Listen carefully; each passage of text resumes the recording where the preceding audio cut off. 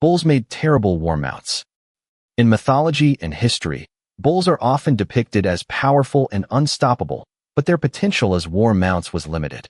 Despite their strength, bulls were difficult to domesticate and train, with a natural instinct to charge and defend themselves, making them unpredictable in battle.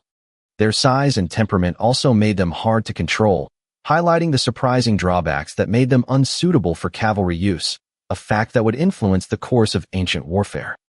The ancient Mesopotamians provide a fascinating example of the limited use of bulls in warfare. They employed bulls in a specialized role, such as pulling carts or carrying heavy loads, but not as mounts for cavalry. One reason for this was the difficulty in breeding and training bulls for military purposes. Bulls are naturally more aggressive and unpredictable than horses, making them challenging to handle and control in a battlefield setting. Furthermore, bulls have a different gait and temperament than horses, requiring unique equipment and handling techniques.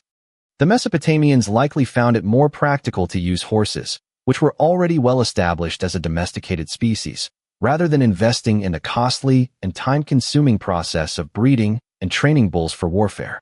The limited use of bulls in Mesopotamian warfare highlights the significant logistical challenges that prevented their widespread adoption as cavalry mounts. As a result, the use of bulls in warfare remained a rare and specialized phenomenon, never becoming a mainstream component of ancient armies. Despite their formidable strength and endurance, bulls were ultimately not suited for the shock warfare and maneuverability required of ancient cavalry.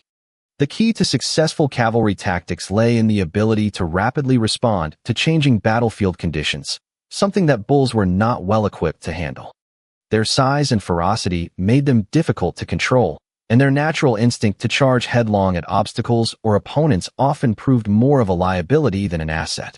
In contrast, horses offered a unique combination of agility, speed, and trainability that made them ideally suited for the demands of ancient warfare.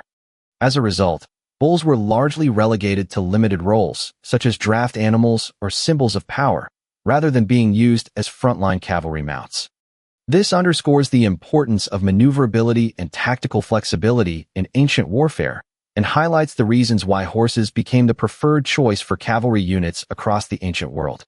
The limitations of bull warfare serve as a reminder that military success often depends on more than just brute strength, and that the most effective war machines are those that balance power with agility and strategic versatility.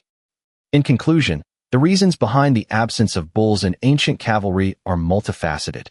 Logistical challenges, such as feeding and maintaining these large animals, combined with their limitations in shock warfare and maneuverability, made them less desirable than horses. The ancient Mesopotamians' limited use of bulls in a military capacity serves as a prime example of these challenges. Despite their strength and endurance, bulls were ultimately not suited for the demands of ancient warfare. This reveals a great deal about the evolution of ancient warfare, highlighting the importance of adaptability, maneuverability, and strategic thinking on the battlefield.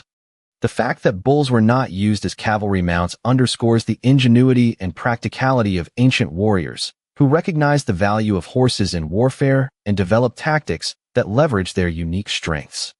Ultimately, the story of why bulls were never used in battle serves as a fascinating footnote in the history of warfare, offering insights into the complexities and nuances of ancient military strategy.